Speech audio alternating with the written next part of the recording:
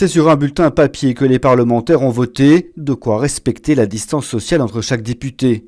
Majorité et opposition ont dépassé les clivages, 63 votes pour et 8 abstentions, un mandat nécessaire pour s'attaquer à la pandémie. Garantir la continuité du fonctionnement de nos institutions et donc aussi des décisions juridiques, des décisions administratives qui doivent être prises pour tout simplement, au moment où cette pandémie, je l'espère le plus rapidement possible, aura disparu, que toutes les décisions soient couvertes par des mesures prises par le gouvernement en urgence. Des pouvoirs qui permettent d'éviter les lenteurs législatives et de travailler même si le Parlement ne peut pas se réunir.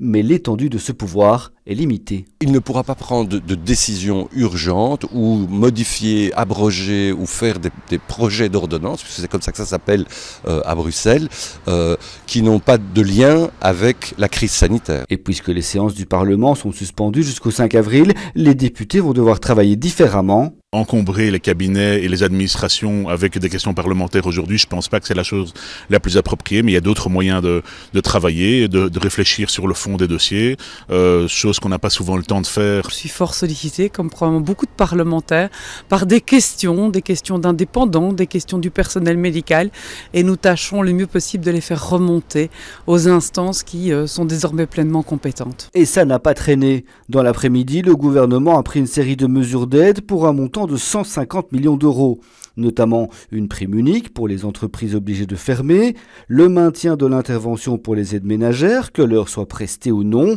des taux réduits pour les fournisseurs et acteurs du secteur Horeca. Les événements annulés ne devront pas rembourser les subsides. Enfin, un budget de 200 000 euros pour l'accompagnement des entreprises. Les pouvoirs spéciaux sont octroyés pour 3 mois, renouvelables une fois.